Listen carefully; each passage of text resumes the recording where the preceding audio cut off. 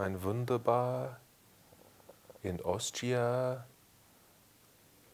I need a bra because I drink too much beer. Anyway, so in a strange location because we're actually halfway through shooting the Budget Bike Battle series. Alpine. You may be able to see some really bright bright snow out there. But in our little downtime, being the professionals we are, we thought we would do the roundup for the RR BMW S1000 RR 2019 launch, hot, from Estoril. Welcome to sunny Estoril. We are here at the RR launch, and it's beautiful weather. So fingers crossed for riding a 207 brake horsepower monster around this beautiful Portuguese circuit.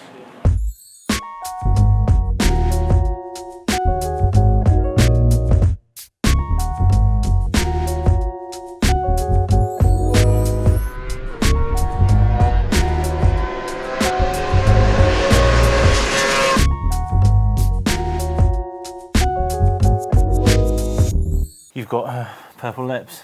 Have I? Yeah. Looks like you've been... I don't know. So, it was a bit of a wetty, wasn't it? I just had my Barocca. Yeah. It was, shamefully gutted, it was a wet one. I really, really wanted to ride that bike and get to know it, particularly having been on the HB4 race quite a lot. Yeah. And the old RR, I know the bikes very well. So, I was really looking forward to that and was absolutely gutted. However, they did have some Bridgestone wets in tow, that was the first time I've ridden on wets. Properly. Yeah. Amazing. Like magic. Yeah. We were the first group there out of a 2-week international press launch, so we were limited to a wet mode, which they'd set up. So it was high traction, high ABS, etc., which was okay. It was fine. Safety, and also, they don't want journos turning up and just spannering the bike into the parabolica. Yeah. So we had to deal with that. However, I think the main takeaway... Well, actually, let's show you some lappage now. Yeah. Roll VT. Well, this is our damp little lineup. Fortunately, we've got some Bridgestone wets on here. We've been advised the track is also oily, which is good. Anyway, so here we are on board the S1000 RR, the new 2019 bike. So basically we've been told to put it in a specific mode. God, the pegs are high. Well, I mean higher. Here we go then, boys and girls. Excitamente. Initial pegs are high, bars are quite nice and wide.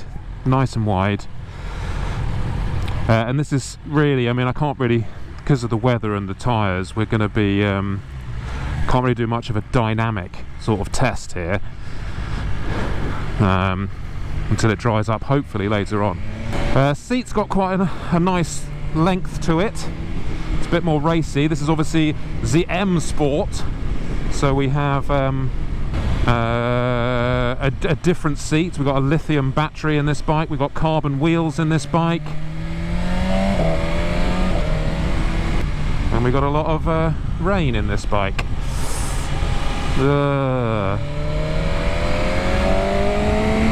But hopefully the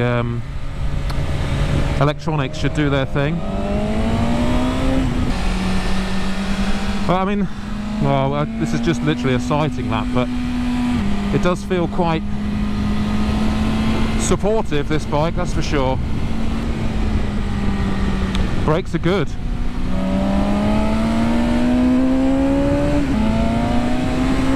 Traction holding it back a bit there. Not intrusive, it's not like the old system, fucking hell. It's not like the old system, which was a bit more on-off. Apparently it can do the butterflies separately to the ignition pot, so you've effectively got two different modes of being able to kill the power. Obviously auto blipper is standard. I mean, it doesn't feel too far off the old one. If you've got the older bike, this will feel a very familiar experience. Oh. I mean, obviously with the extra play we've got with the wets, it's quite difficult to tell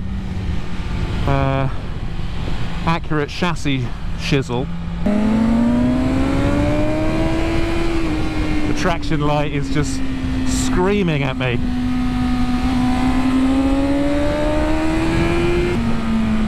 The brakes are very good, actually. This is a late apex here, isn't it? Not that I fucking went anywhere near it. It's definitely more of a racing bike than the last version, I think, in terms of purpose. It was always the best road-going sports bike, the S1000RR, and I don't think it's lost any of its road charm, but just the way you sit on this thing is different. They've definitely set their sights more on a race feel. What else can we say? I could put the heated grips on. I'm going to do it. Oh, we've got 3 levels of heated grips. That is big news.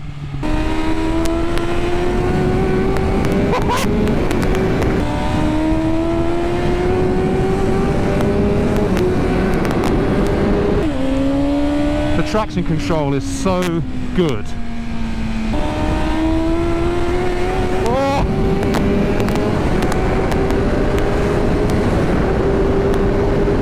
To deal with these conditions, yes, we've got wets on,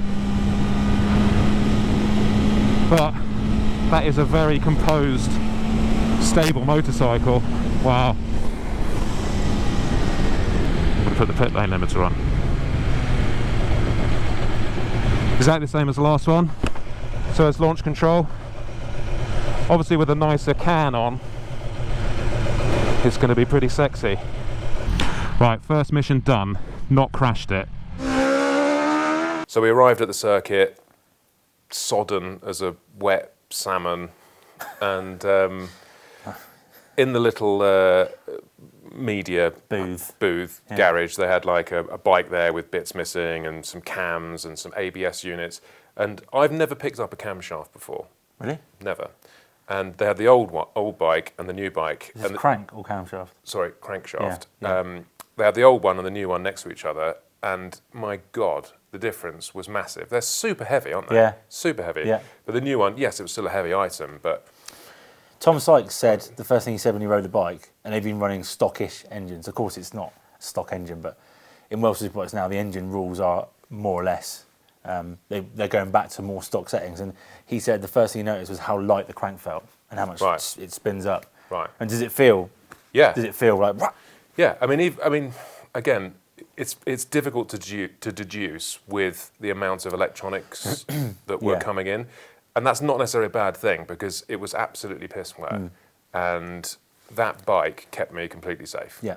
But we'll move on to that in a minute. So they had the weight saving there. I mean, BMW have said this: it's stronger, lighter, faster, and that's the sort of tagline, is it? That's their media guffage. Yeah. So stronger, lighter, faster. So I think it's now the HP.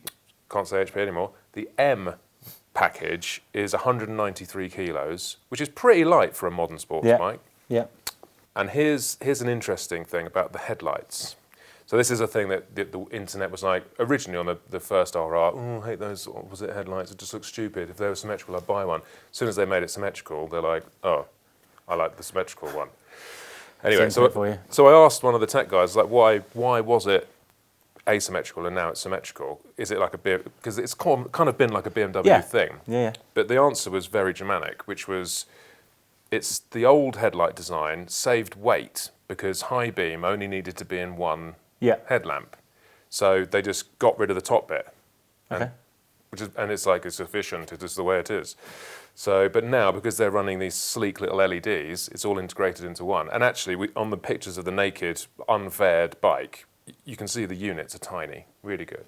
So, it's lighter and looks cool. I like the new look. It's lighter, does it translate? Does it feel, I mean, the ultimate question is, how does it compare to the old bike? It feels very, very much BMW. Yeah. It's not like a step change into another direction. You know you're riding a BMW. Yeah. The first thing, obviously, you're going to notice is that dash, which is amazing, isn't it? so good. That's a lesson in TFT dashes right there. It is. It's absolutely phenomenal. And you've also got 3 different sort of dial Displays, settings that you want to have onto it. But the first thing you notice is the crispness and quality of that UI system, the GUI, the GUI, graphical user interface. Yeah. But in terms of dynamics, I know it was wet and stuff, but how different does it feel to the old bike?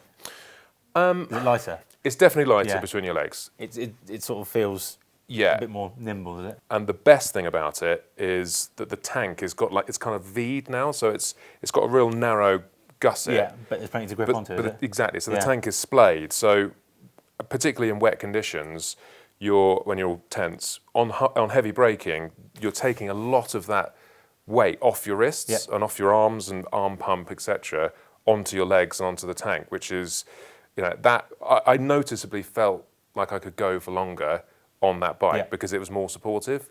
Whereas you ride the Panigales, etc., it's like it's hard work, isn't it? It is hard work. The clip-ons are definitely forward wider, which I prefer as a bigger unit. However, they are like cast into the top clamp, which is an odd. I haven't seen that before.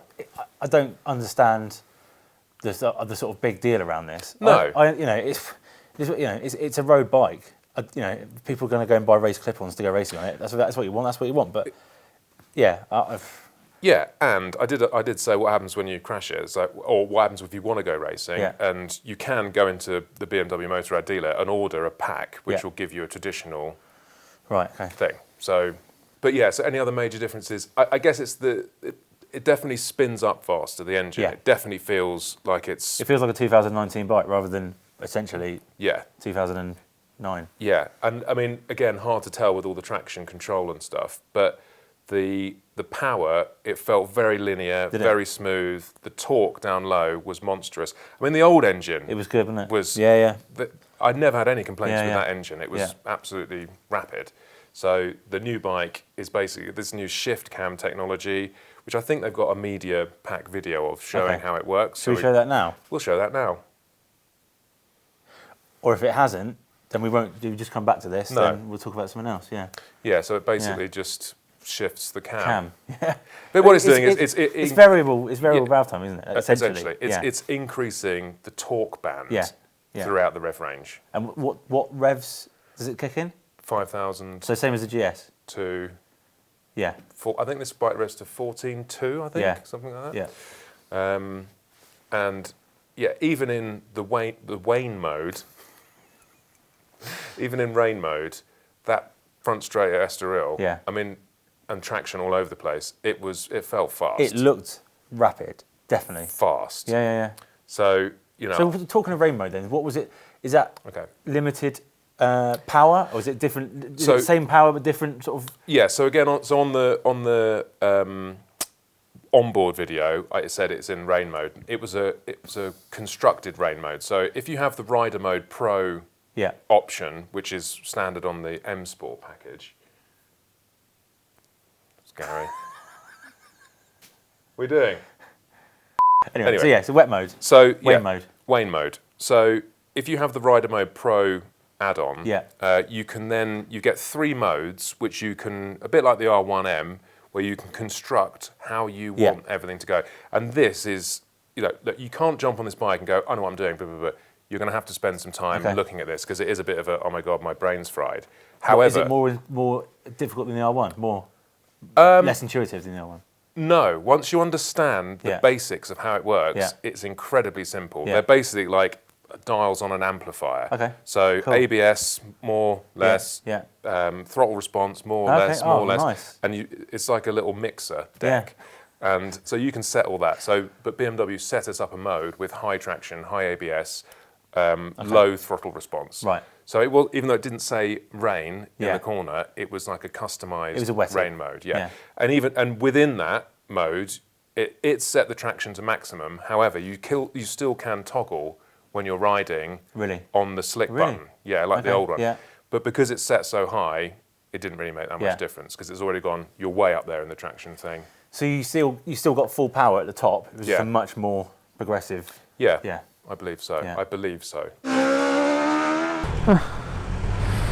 Right, so this is not a guided session, so this is going to be probably more dangerous.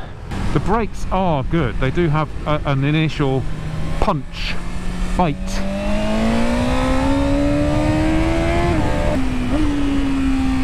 Shouldn't have gone into first. Error, error! I'm just really relying almost entirely on these electronics. It's very good. Flipper's a little bit woolly, but I think that's because we're in rain mode. So it's giving it a bit of a softer feel. Knee firmly on the floor. Waiting, waiting, waiting. Gas it.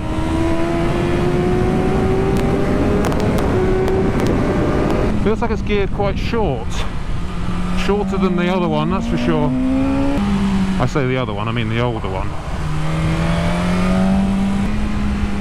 Which is no bad thing because you're never going to get to those top speeds. I mean, this is a fast straight here. And if you're not getting 6, like most bikes, wasted. I like to take a nibble first, run wide, and then bring it back in. And on the gas, traction going mental. Hard on the brakes. Down into second. Hold it, hold it. Okay, still slippery here. She can probably feel here. There's oil on the track there, just FYI. Feels very natural moving around the bike. It's not cumbersome, it's quite delicate.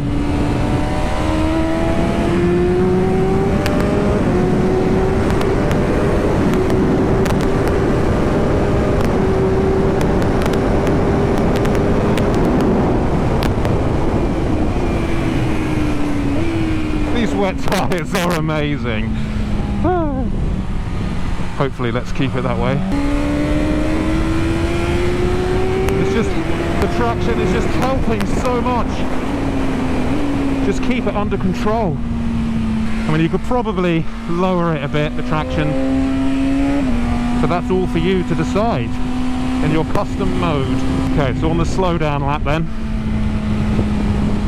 Bear in mind this is in rain mode. This is still a massively fast machine. Look at that lean angle on these wets, 52 degrees. It's more than I get in the dry. And this tank is way more supportive.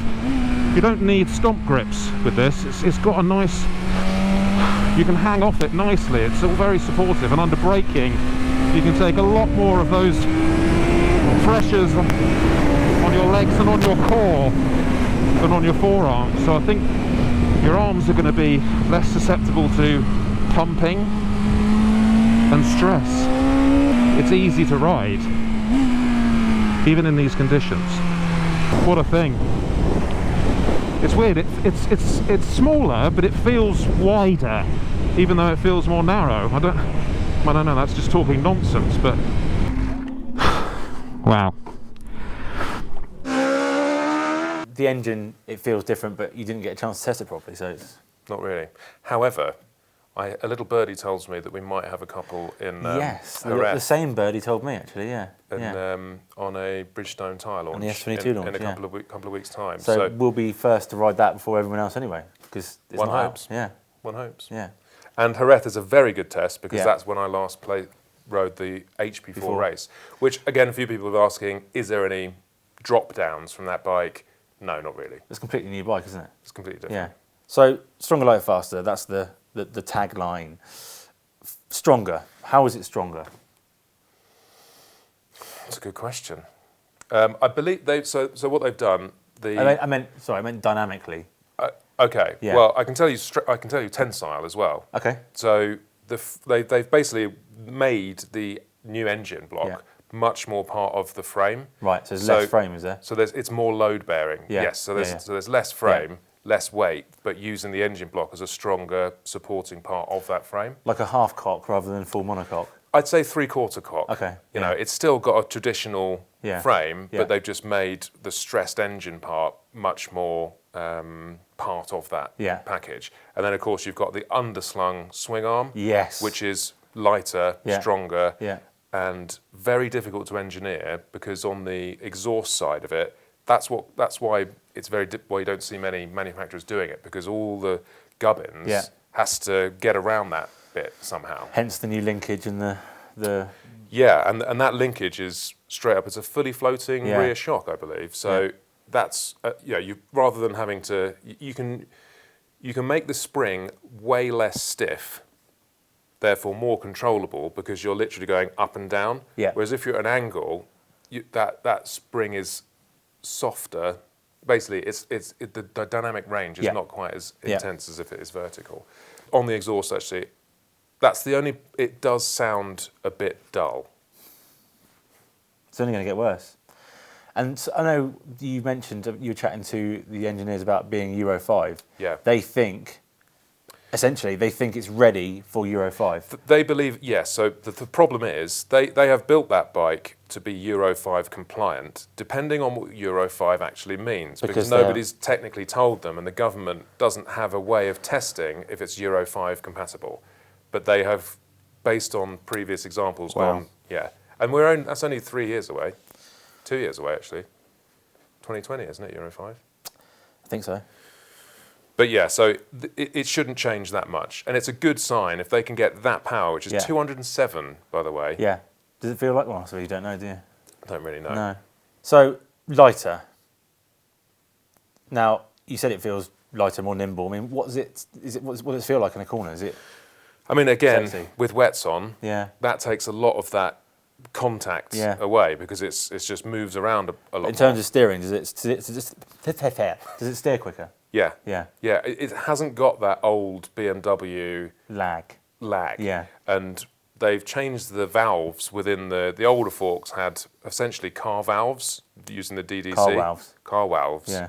So the new one has a proper dedicated, newly engineered Yeah. DDC. I think they've turned it upside down inside or something. That's changed something. I don't know. Right. But basically, it feels much, much better, and it's not like the old RR, where in stock form, yes, it's a fantastic road bike, but it just lacked a bit of sharpness on track. You could never really get it to turn in that well, and it was a bit. Whereas this fired in Yeah. beautifully. Fired it right in there. Yeah. Yeah. And it's got linked ABS as well, which Yeah. you can change. You can change the engine braking, so you can increase the Okay, engine nice. braking massively. Get Even that. in standard, You you have to have you have to have the Rider yeah, Mode Pro, Right. which let's face it, most people Yeah, are going to buy that. yeah. No one's going to buy the stock bike. No. I mean, the stock bike, That's a good point, actually. 15 grand for the stock bike. yeah, very cheap. 15 grand. When you can look at the Honda and the Suzuki and all their sort of, I'm being polite here, the lower tier bikes, getting away from Ducati and Aprilia and the BMW now, that is, I know it hasn't got the same gizmos, or a lot of the same gizmos, but still, for a base package, 15 grand is cheap. I can't Very. believe I'm saying that, but Very. yeah. And faster, well, again, it's all a bit of a guesswork, really, isn't it? BMW claim 1 second a lap. Is it? Yeah. Really? Yeah. That'd be interesting. I personally would think in the hands of mortals, it would be considerably more than that. Yeah. I think it's more like 2.5 seconds a lap That's a lot, for most track riders. Yeah. From a stock bike to stock bike. Yeah. Another controversial point is the brakes. Yes. No more Brembo. Yeah. Well, no more Brembo on the front, because there's still a Brembo rear caliper, which is a bit odd. You need not worry, because they are amazing. It's like the new GS. They are amazing. I think they're better. The I- Haze are better than the Brembo, I thought. I think they're better. Really? Yeah, they are. That's a mountain honestly, bike company, isn't it? They're amazing. And that's in the wet. Yeah. Like coming down that back straight, Yeah. through that kink, Yeah. onto the brakes, in the wet, it's doing all this. Shimmying. It's beautiful. Progressive. It doesn't have that initial scary bite. Yeah. It's just, Yeah. it just feels way more supportive. Although saying that, I did ride a different bike later on in one of the other sessions, and it felt different. Right, okay. So I think there may be an inconsistency there, Right. and I do know one of the other riders had a bit of an issue with the front brake. What, coming in? Yeah. Oh, really? Oh, really? Oh, really? Yeah. But that aside, need not worry because they are very good. So, and then one more thing on the lightness as well. So the M package has the carbon wheels, but the overall weight reduction between the carbon wheel version and the standard wheel version is not a lot. We're talking like a few grams because the M package has much thicker discs. Right. So if you technically had the thinner discs on the carbon wheels, Yeah. they're basically the same weight, but Yeah. you've got much more braking power. The only bikes we rode were M packages, by the way. It's worth mentioning that. Rolling, rolling, rolling. Keep those ball bags rolling. So it looks like we're not going to get a dry go, but never mind. And now we've got a drying track and some chewy wets, which are going to get really hot. It does need to sound a bit nicer, this. This is going to be interesting. It's almost dry.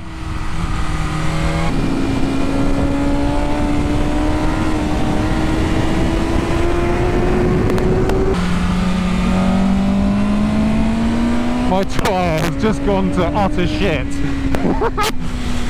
There's nothing on the right.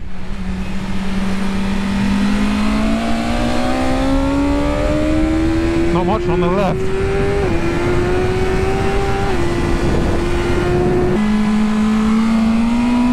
It's just nothing there.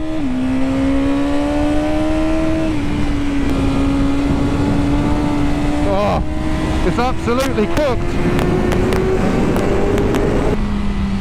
Getting a little bit of brake fade now.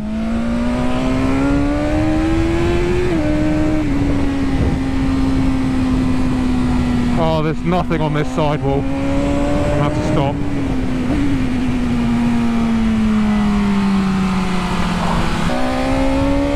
Just fucking go, come on!